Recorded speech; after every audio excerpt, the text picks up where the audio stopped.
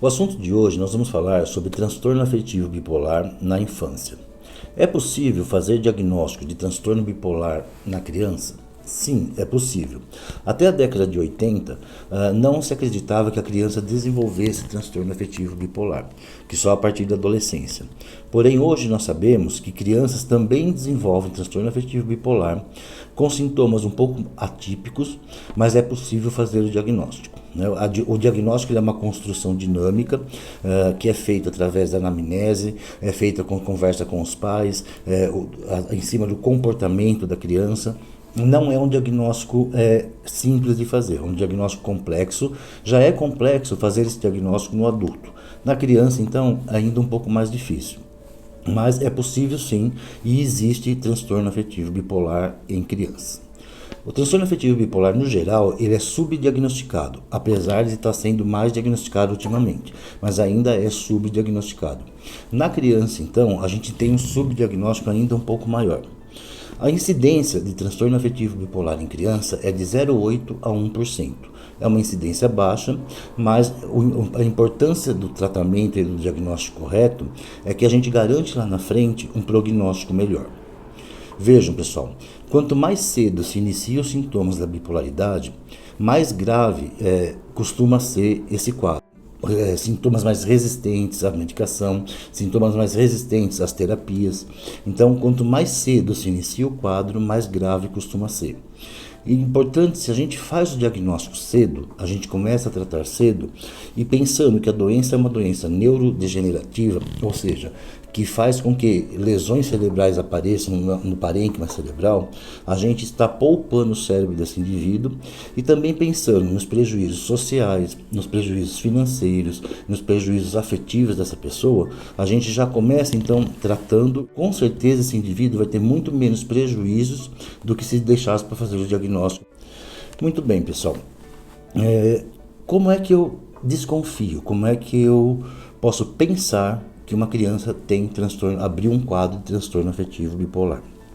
O principal sintoma que a gente pode ver, que a gente consegue ver numa criança, é o humor irritável, a irritabilidade. A criança é extremamente reativa às situações, reage de uma maneira muito irritável. Mas essa irritabilidade, ela é de maneira cíclica, ou seja, a criança fica irritada por um tempo, depois ela volta para o seu comportamento basal, para o seu humor basal, depois ela fica irritada novamente e de maneira cíclica ela vai apresentando essa irritabilidade. Agora vejam, pessoal, ficar irritado, criança ficar irritado, isso é comum. Como é que eu vou diferenciar uma irritabilidade patológica de uma irritabilidade do transtorno afetivo bipolar? Vejam, a irritabilidade do transtorno afetivo bipolar acaba trazendo prejuízos para essa criança. Ela se irrita com o professor, ela se irrita com os coleguinhas da escola, ela se irrita com o irmão, ela costuma ter um comportamento um pouco mais agressivo, pode ser agressividade física ou verbal. Então essa irritabilidade, ela é um tom acima, não é uma irritabilidade que você encontra numa criança que não tem transtorno afetivo bipolar. E o mais importante que a gente precisa saber é que ela é cíclica, ou seja, essa criança melhora da irritabilidade, depois ela volta de novo. Ela pode ter episódios de depressão. Como é que essa depressão vai se mostrar na criança? Também com irritabilidade, mas também com isolamento, também com afastamento das pessoas, ficar com o afeto bastante distanciado, ficar mais lentificada, não querer ir para a escola. Ela não vai dizer para você: eu estou triste e deprimida. Ela não vai querer ir para a escola, vai ficar com baixa energia durante a manhã e vai ficar mais ativada durante a noite. Os hábitos noturnos para a criança que tem transtorno bipolar também são comuns. A criança, depois das 6, 7 horas da tarde, ela começa a ficar mais ativada, querer fazer atividades e fica com uma energia e não quer dormir. Essa criança pode passar também por períodos de hipomania e mania. Como que se mostra a hipomania e a mania na criança? É aquela criança que fala, que tem um humor expandido, fala demais, cumprimenta todo mundo. Ela tem o senso de razão aumentado. Então tudo que ela fala está certo. Ela briga com os coleguinhas porque só ela está certa, só ela tem a razão. Né? E percebe-se que ela tem uma agitação psicomotora, um excesso de energia. Mas isso tudo de maneira cíclica. Vai se movimentando, passa por um período de hipomania, um período de depressão, mas assim, também pode passar a maior parte do tempo em depressão, uma ou duas vezes ter feito hipomania, e isso já faz o diagnóstico. Outra coisa que a gente tem que prestar atenção é que o humor da criança bipolar, ele oscila rapidamente, ele tem uma ciclagem rápida ou ultra rápida, né? Então, no mesmo dia ele pode apresentar estados de humor diferentes, né? Apresentar fúria, apresentar alegria, apresentar tristeza, ou seja, essa oscilação do humor durante o dia pode ser rápida. Então, não esqueçam desses dois sintomas, a irritabilidade e a oscilação rápida do humor, né? Faz o médico lembrar, acender uma luzinha amarela lá, que ele pode estar frente a um quadro de transtorno bipolar.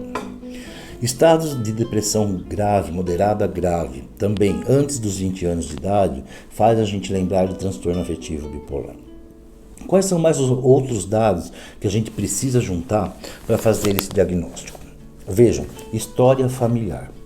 Se na família eu tiver parentes de primeiro grau, né, com tentativas de suicídio, com histórias de álcool e droga, com histórias de depressões arrastadas, ou com história de depressão bipolar, de transtorno bipolar, eu já tenho mais um elemento para formar esse diagnóstico. É comum também, as pessoas acham que a automutilação é comum no transtorno de personalidade borderline. Também é, mas muito mais comum no transtorno afetivo bipolar. Na criança e no adolescente, o quadro bipolar ele pode se abrir como distúrbios alimentares, transtornos de ansiedade.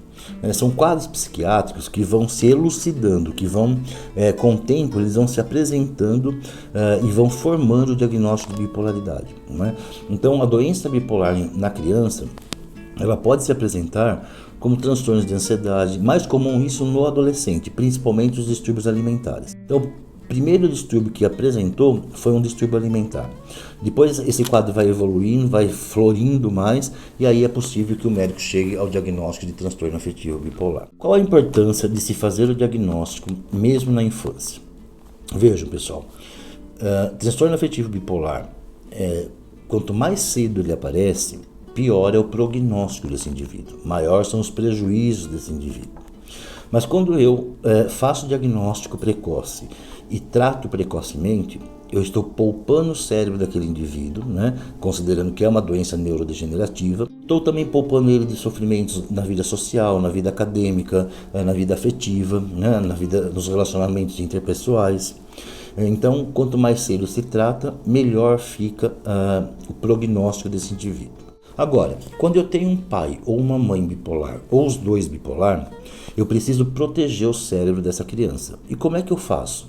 Primeiro, eu preciso colocar rotina no dia a dia dessas crianças, né? Então tem hora para comer, tem hora para dormir, tem hora para acordar. Eu preciso fazer com que essa criança tenha um sono saudável, um sono adequado, né? Um sono que esteja dentro do ciclo natural, né, do sono vigília. Ou seja, dormir cedo e acordar cedo, né? Isso protege demais o cérebro de crianças, filhos de bipolares. Por quê? A gente sabe que a bipolaridade é uma doença altamente genética, né? Então, a probabilidade de uma criança que é filho de um bipolar ser bipolar é maior do que a população em geral. Então, se eu tiver alguns cuidados de proteger o cérebro dessa criança, pode ser que ela não venha desenvolver a doença. Okay? Então, fazer dormir cedo e acordar cedo, fazer atividade física, alimentação adequada, são aqueles hábitos saudáveis que a gente recomenda para todas as pessoas. Existem alguns diagnósticos que eu preciso fazer diagnóstico diferencial na criança com transtorno afetivo bipolar. Quais são eles? TDAH. O TDAH e o transtorno bipolar têm muitos sintomas em comum, então eu preciso fazer diagnóstico diferencial.